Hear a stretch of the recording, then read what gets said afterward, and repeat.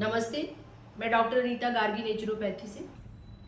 भारतीय परिवेश में हमारे किचन में जितने भी मसाले यूज होते हैं सब औषधि के रूप में उनका हम प्रयोग कर सकते हैं। तो इन मसालों को कैसे हम अपने बीमारियों में बहुत कम मात्रा में और बहुत उसका नाप तोल कर अगर हम डेली अगर उसको किसी न किसी स्वाद में डालकर, भोजन में डालकर या ऐसे ही उसको यूज करके कैसे हम अपने शरीर को स्वस्थ रख सकते हैं, इसके बारे में हम आपसे आज बात करते हैं। सबसे पहले मैं हल्दी के बारे में बताती हूँ। देश के करीब सभी घरों में हल्दी का बहुत बड़ी मात्रा में हम लोग प्रयोग करते हैं हल्दी का, सुबह के खाने से लेके रात के खाने तक में। तो हल्दी एक एंटीबायोटिक का काम करता है और शरीर में किसी भी प्रकार का अगर अल्जाइमर है या स्किन डिजीज़ है या शरीर में स्वेलिंग है तो हल्दी उसमें बहुत कारगर होता है। हल्दी से हम अपने बहुत सारी, जैसे कहीं चोट लग गया है अगर, तो हल्दी को कुछ नहीं करना है, सिर्फ गर्म करके अगर बांध देते हैं तब भी वहाँ का चोट ठीक हो जाता है, कितना भी ज़्यादा चोट लगा हो। अगर ब्लड भी आ रहा है तब भी अगर हम हल्दी को सिर्फ कुछ नहीं, सिर्फ हल्दी को पानी में डालकर हल्का गर्म करके ही बांध देते हैं तब भी उससे वो चोट ठीक हो जाता है, अपने आप हील हो जाता है, अपने आप क्योर हो जाता है। दूसरे मसाले पे हम आते हैं जीरा। जीरा आप सभी लोग दाल में छौंक लगाने के काम आता है।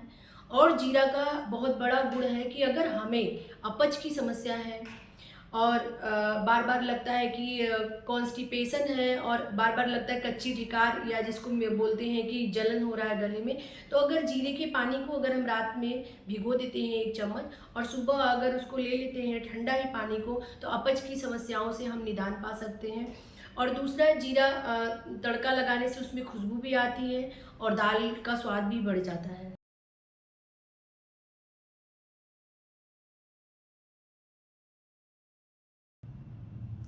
तीसरा, हम हींग पे बात करते हैं।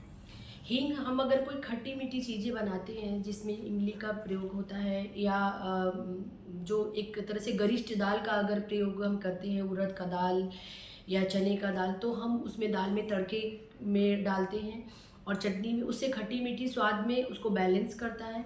और दूसरा, पाचन क्रिया को भी दुरुस्त करता है। और तीसरा, मासिक धर्म में महिलाओं को जब दर्द होता है बहुत ज़्यादा, तो अगर वो हींग खा के अगर उसको गर्म पानी में हींग को ले लिया जाए तो उससे में भी बहुत आराम मिलता है। हींग इतना ज़्यादा लाभकारी और सबके, जितने भी भारतीय किचन होंगे सबके किचन में मौजूद होता है और बहुत ही सुलभ तरीके से हमें मिल जाता है और इसे हमें इसका सेवन करना चाहिए। हींग इतना कारगर औषधि के रूप में और मसाले के रूप में हमारे किचन में मौजूद रहता है।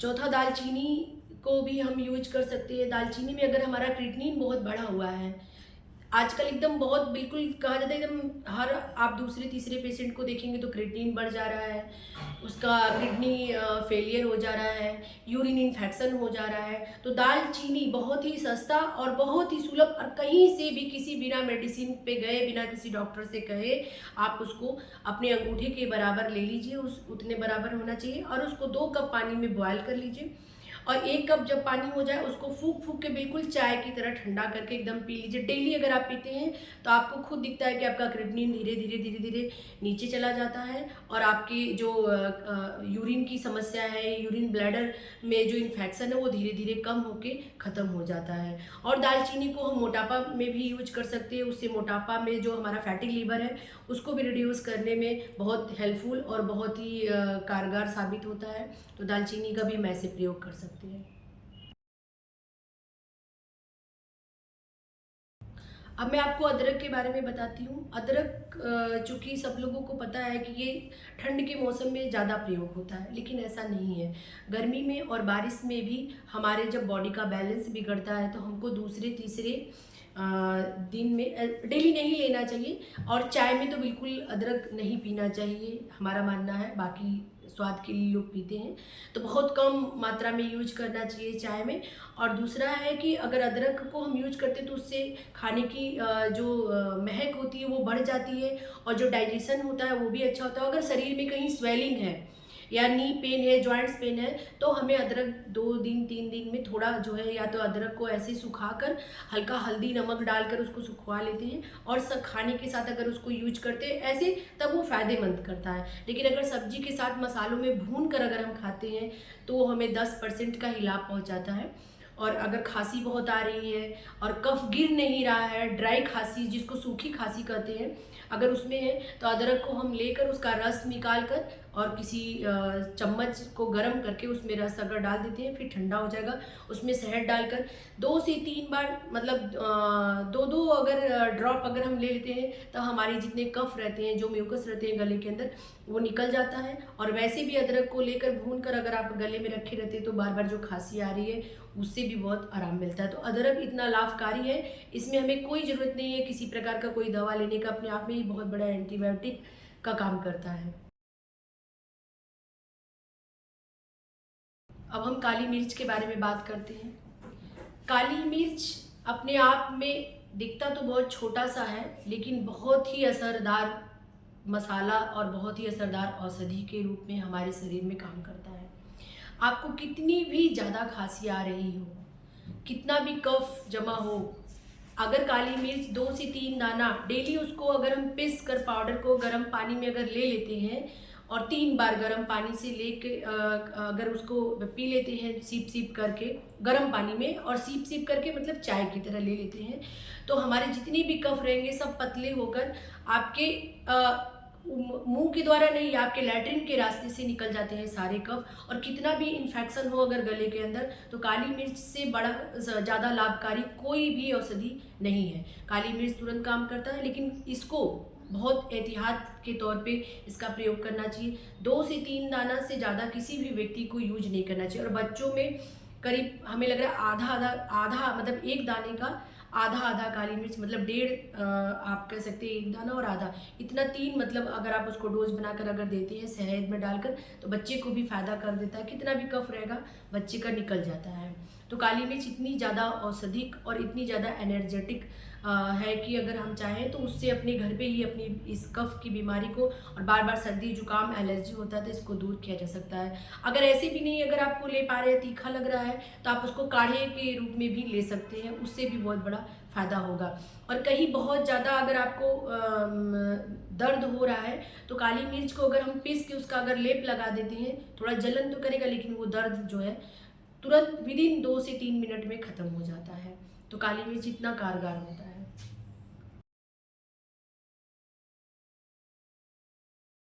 अब मैं आपको लौंग के बारे में बताती हूँ। लौंग अगर कहीं पे, अगर हमारे मुंह से अगर बदबू आ रही है, तो अगर हम लौंग को रखे रहते हैं तो उससे हमारे मुंह की बदबू बहुत हद तक कम होती है और ख़त्म भी हो जाती है, जिसको पायरिया भी कहा जाता है।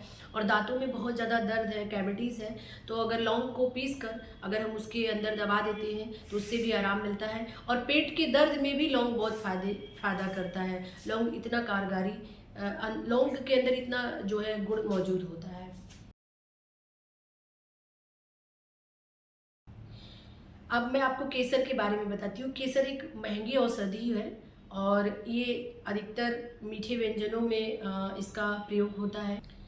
हमारे पुराने जितने भी प्राचीन औषधि बुक किताबें हैं, उसके अंदर बहुत सारी केसर की बताई जाती हैं कि अगर कोई स्त्री गर्भवती है, तो अगर दूध में अगर वो 1 धागा या 2 धागा, 1 धागा बहुत होता है, सफिशिएंट होता है, अगर रात भर उसको दूध में रख के और सुबह खाली पेट अगर उस दूध को पीती है, तो बच्चा बहुत सुंदर और बलवान होता है, बुद्धिमान होता है। ऐसा भी कहा जाता है और बहुत लोग करते हैं, होता भी है ऐसा।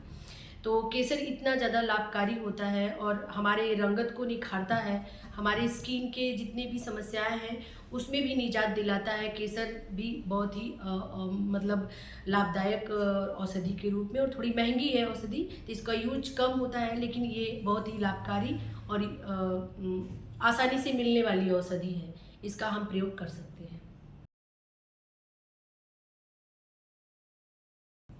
इलायची आप सभी लोग जानते हैं। इलायची पे अगर उसमें भी अगर मुंह में बहुत अगर बदबू आ रही है, तो इसको माउथ फ्रेशनर के रूप में हम इसका यूज कर सकते हैं। और दूसरा, अगर हमारे पेट में अपच की समस्या है, कुछ भी खाते हैं तो अगर जलन हो रहा है, कच्ची डकार हो रहा है, तो हम इलायची को चबा के खा सकते हैं। और हमारे जितने भी मीठे व्यंजन बनते हैं, जैसे हलवा है, सेवई है, खीर है, उसमें भी इलायची के सिर्फ छिलकों का ही यूज अगर कर दीजिए तब भी उसकी खुशबू बढ़ जाती है, अगर आप पूरी इलायची नहीं डालते हैं। पान में हम यूज करते हैं, मिठाइयों में हम यूज करते हैं। तो इलायची भी एक बहुत अपने आप में बहुत ही गुणकारी औषधि और बहुत ही स्वादिष्ट औषधि के रूप में इसका प्रयोग होता है।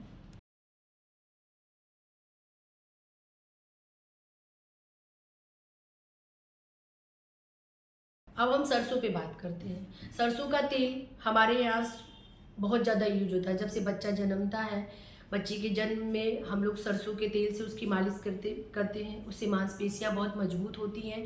और तेल के बारे में ऐसा कहा जाता है कि अगर जैसे जहाँ का जो ज़्यादा जहाँ पे पैदा होता है, जैसे पूर्वी उत्तर प्रदेश में सरसों बहुत ज़्यादा पैदा होता है, तो यहाँ पे सरसों का ज़्यादा यूज होता है, तिल का ज़्यादा यूज होता है। और जो ऑलिव ऑयल है वो पश्चिम में या ठंड प्रदेश में ज़्यादा होती है, इसलिए वहाँ पे उसका यूज है। साउथ वगैरह में नारियल ज़्यादा पैदा होते हैं, इसलिए वहाँ पे यूज है। तो हमारा समय परिस्थिति के अनुसार हमें तेल का प्रयोग करना चाहिए। ऐसा नहीं है कि अगर हम ऑलिव ऑयल अपने बॉडी में लगाते हैं तो हम बहुत मेरी मांसपेशियाँ मजबूत होती हैं या हम बहुत हमारा स्किन क्लियर, ऐसा कुछ भी नहीं है। सरसों हमारे लिए, हमारे जो हमारा प्रदेश है, जो हमारा रहन सहन है, इसके लिए हमें सरसों ही हमारे लिए ज़्यादा प्रयोग है। सरसों को अगर पीस कर अगर हम लगाते हैं जाड़ों के दिनों में, तो हमारे जितनी भी स्किन प्रॉब्लम होते हैं उससे हम लाभ पाते हैं।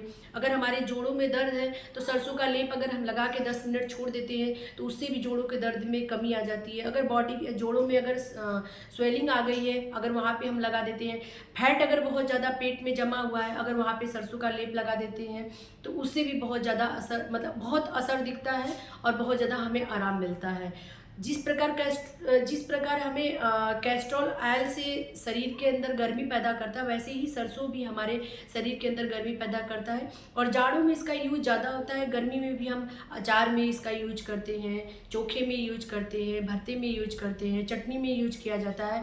तो सरसों एक तरह से कहिए तो मतलब हर चीज़ में यूज होता है। और सरसों को हम अलग करके मतलब अपने जीवन की रोज़ की जो प्रक्रिया है उसको नहीं उसमें कल्पना कर सकते हैं। तो सरसों अपने आप में एक बहुत बड़ी औषधि है और इसका कोई साइड इफ़ेक्ट नहीं होता है। सरसों को अगर हम कच्चा यूज करें तो उसका बहुत ज़्यादा लाभ है, अगर पका कर यूज करते हैं तो उसका केमिकल जो है हमें नुकसान करता है, लेकिन अगर कच्चा यूज करते हैं तो नहीं नुकसान करता है।